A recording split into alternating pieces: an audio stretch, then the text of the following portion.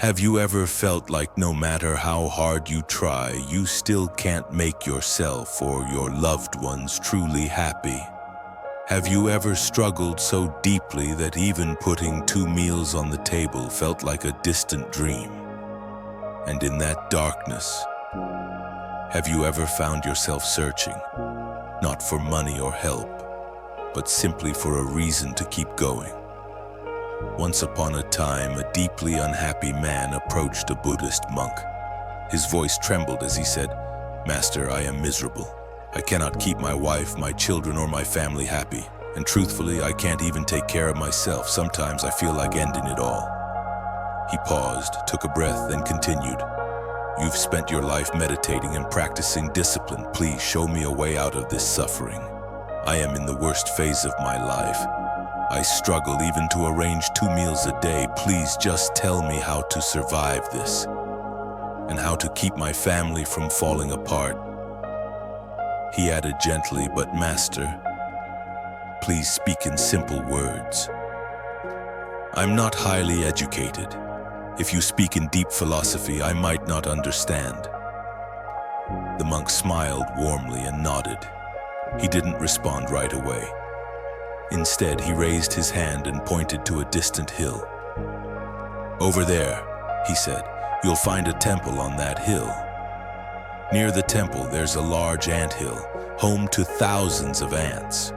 It might sound strange, but those ants damage the temple's ground. They ruin the soil so that no trees or grass can grow." The man looked confused. The monk continued, "Do something for me. Go to that hill for the next 7 days. Every day, find the anthill and destroy it. Break it down. Every time you see an anthill around the temple, destroy it. But make sure you don't kill a single ant while doing so." The man was puzzled. Why would a wise monk ask him to destroy something that didn't seem harmful? He questioned silently, "Isn't it cruel to ruin their home, especially if I can't even hurt them? Isn't that unfair?" But despite his doubts, he respected the monk and chose to follow his instructions. The next morning, he climbed the hill. As he arrived, he saw a long line of ants, all working in perfect harmony, gathering food, carrying grains, and storing them carefully inside the anthill. His heart softened. "They're working so hard," he thought. "If I destroy this, it'll all be for nothing." But the monk's words echoed in his mind, so with hesitation he began breaking down the anthill. Suddenly, chaos erupted. The organized line of ants scattered. They rushed in every direction, desperate to save what they could. Within moments, the anthill was gone and the ants had fled. The man returned home with a heavy heart. That night, lying in bed, guilt filled his mind. "I did what he asked. I destroyed their home. What now? Do I still need to go back?" Yet something inside nudged him. So the next morning, he climbed the hill again. To his surprise, when he reached the spot where the anthill once stood, it was there again, rebuilt in the exact same place. The ants were back to work just as before, gathering food, repairing, rebuilding. The man shook his head. "These ants are foolish," he thought. "They just lost everything yesterday, and yet here they are doing it all over again." He chuckled under his breath, but remembering the monk's instructions, he destroyed the anthill once more. Again the chaos, again the collapse, and again the silence afterward. But something began to stir within him. Not from the monk's words, but from the ants themselves. What were they trying to show him? The man had now destroyed the ants' home twice, each time returning to find them rebuilding again. But as he kept repeating the monk's strange task, something within him slowly began to shift. On the 3rd day, he went to the hill once again. This time he was determined to finish the job thoroughly. He told himself, "I'll destroy the anthill so completely they won't even think of coming back." After smashing the hill of sand and tunnels into nothing, he even poured cold water over the spot, soaking the ground to make sure no rebuilding could happen there again. Satisfied he had fulfilled the task to the fullest, the man returned home. But instead of relief, he felt more disturbed than ever before. His mind was tangled in questions. Is this really the right thing to do? Why would a wise monk instruct me to destroy innocent creatures' homes? Is this act of cruelty truly coming from a holy man? Or is he just playing with me? Still, he decided to finish the full 7 days before passing judgment. With that thought, he drifted off to sleep. The next morning, as he reached the hill, a small smile crept onto his face. The spot was exactly as he had left it. No anthill, no ants. Finally, he thought, they've left for good. Maybe there's no point coming back here anymore. He turned to leave, but just as he did, something caught his eye. A few feet away, another anthill. His eyes widened. They've moved, built again, already? The ants once again were tirelessly working, carrying grains, rebuilding their home just slightly away from the previous spot. The man stood there silently, watching them hustle. Part of him was amazed. Part of him felt defeated, but more than anything, he was confused. Maybe the monk knew they would move, he thought. Is that why he asked me to come for 7 days? Driven by that thought, he destroyed the new anthill as well. He noticed some ants still carrying grains from the spot of the first anthill, bringing what was left behind to their new home. His heart ached a little. They're just like me, he realized, struggling, trying to survive. He didn't want to harm them, but the monk's words still echoed in his mind, so he proceeded to destroy their home once more, but this time carefully. He did everything he could to avoid hurting a single ant, as instructed. The process took longer, and when it was done, he didn't feel anger, just sadness, a deeper sadness than before. He had not just broken their shelter, but crushed their hope. That night, lying in bed, the guilt weighed heavier than ever. What kind of person does this, he thought. I feel like a demon ruining the lives of creatures that did nothing wrong. What must they think of me? But despite the emotional turmoil, he chose to return again the next morning. When he arrived, he was shocked once more. Not only had the ants built yet another home, but this time it was bigger, stronger, busier than ever. What are these ants made of? He wondered. I destroy everything and still they don't give up. Do they not understand I'll just come back again? In a mix of confusion and frustration, he began tearing down the anthill once more, this time with less care. In his rage, he accidentally stepped on some ants, and that moment shattered something inside him. His hands froze, his eyes filled with tears. He had crossed a line. He left the hill that day crying, heartbroken by what he had done. This is too cruel, he thought. I can't be this person anymore. The next morning he did something different. He didn't go empty-handed. He brought a handful of flour from his home. And when he reached the hill, he saw the ants. Yes, building again. Still working, still trying.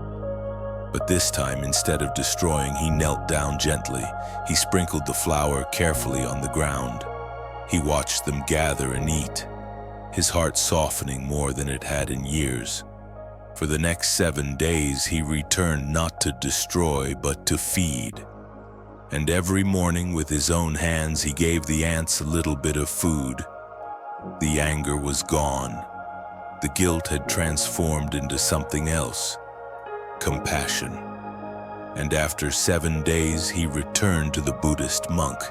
Folding his hands respectfully, he said, Master, I must apologize. I tried to follow your instructions. I destroyed the anthill once, twice, even 4 times, but after that, I couldn't.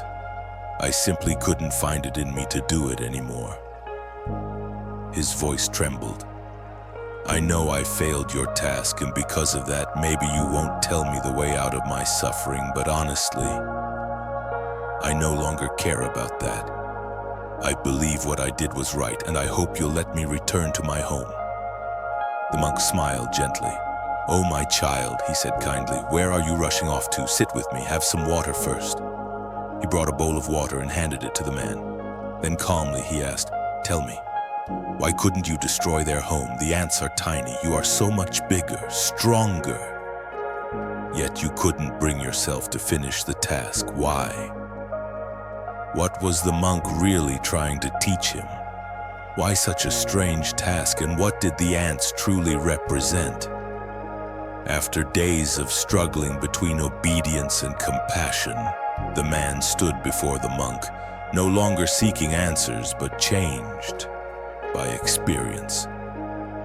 The monk looked at the man gently and asked, where is your strength, my child? Is it in your hands, or is your true power in your response?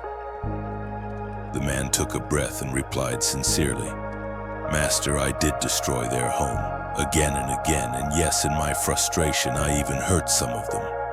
But the day I crushed them under my feet, something broke in me. I asked myself, why am I hurting them?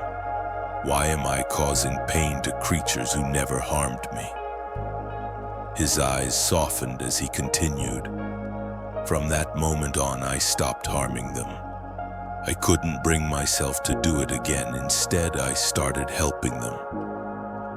Hearing this, the Buddhist monk smiled with a deep sense of peace and said, that is the lesson. Even the smallest creature on this earth, like an ant, can teach us the greatest truths about life. He leaned forward and asked, tell me, what did you learn from the ants? The man quietly shared everything he had experienced over those days. The building, the breaking, the guilt, the compassion, and the transformation within himself. The monk listened patiently, then responded with wisdom that settled like calm water. Son, the first lesson is this.